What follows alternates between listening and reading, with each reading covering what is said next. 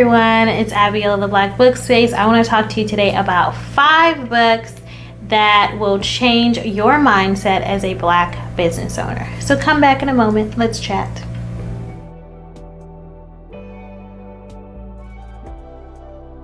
Okay, let's talk books. I don't think number 1 should be any surprise. We should all be millionaires. I cannot talk about this book enough. I finally got a chance to finish it. We will talk about all the books I finished next week, but I finally got a chance to finish this book. I really enjoyed it. It changed my mindset a lot.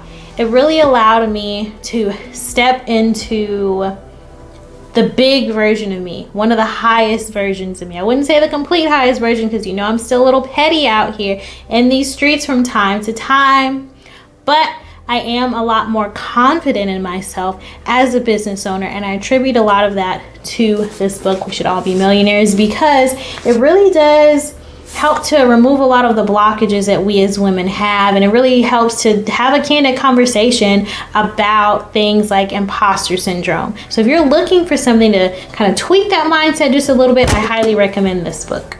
Let's talk about the next one, another one of my favorites. It's about time. So we're talking about making sure that we have time for all of the important things in our lives, making sure that we don't feel guilty when it's time for us to put ourselves first. So Valerie Burton has a lot of really great ways to incorporate time management into your life. This book is full of little worksheets that you can use to really write down how you're spending your time. Should you be switching things up? Are you spending too much time on things that are not productive? Really helps you to be intentional about that part of your business. So I really love it. This book really changed the way I think about things in my business quite a bit.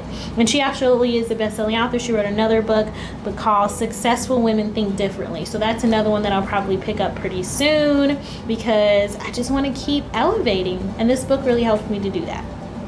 Speaking of elevating, let's talk about this one. So Think and Grow Rich, I learned recently, is one of those books that is in public domain. I think so. People are allowed to edit it. So this wonderful man, Dennis Kimbro, edited this book and called it The Black Choice. So of course I had to talk about it on this channel, and I finally was able to finish it. I really enjoy this book. It's really good. It actually opened my mind to quite a few things and just really changed my mindset a lot, just like the other books did. So if you're looking for another way to look at bringing in abundance, making money, changing your mindset out of, I don't want to say victim mentality because that's not at all what we suffer from, but I want to say changing it from pain. We go through a lot of things in our lives, a lot of trauma, a lot of painful situations. I think that's why it's really important to read books like this, because it lets you know that yes, these things have happened to you, but they don't define you. And at this point, it's time for you to start writing your own story. So you change your mindset, you think about what you want, and you watch yourself become abundant in so many ways in your life. And that's what this book is about, and that's why I love it so much. Highly recommend it. Cannot recommend it enough. I'm so thankful to one of my friends who recommended me to this book again. I had been listening to it as a child many times, but I'm not much of an audiobook person, so I'm happy to have a copy of it now and highly recommend it. So of course, just like the other books, the link to purchase it if you're looking for it is in the comments. Set boundaries. Find peace. Do those 2 things. Set boundaries and find peace.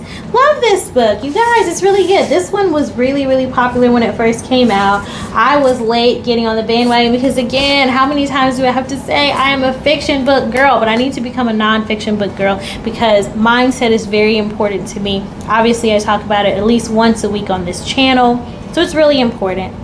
This book really helps you to define for yourself what boundaries you should have in place, right? So talks about things like parenting. If you're co-parenting with someone and they're not holding up their end of the bargain, they're not doing what they said they'd be doing with the little ones, and you're out here holding the bag by yourself, what types of boundaries can you set with them?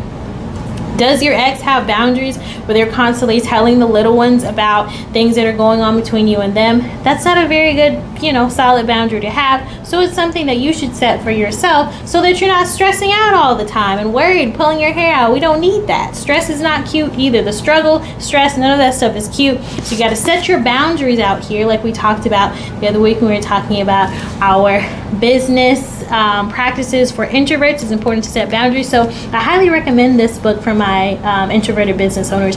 All business owners really, but I think introverts would really get a lot of good insight into this because it talks about how important boundaries are. And us introverted people sometimes have a harder time setting those boundaries.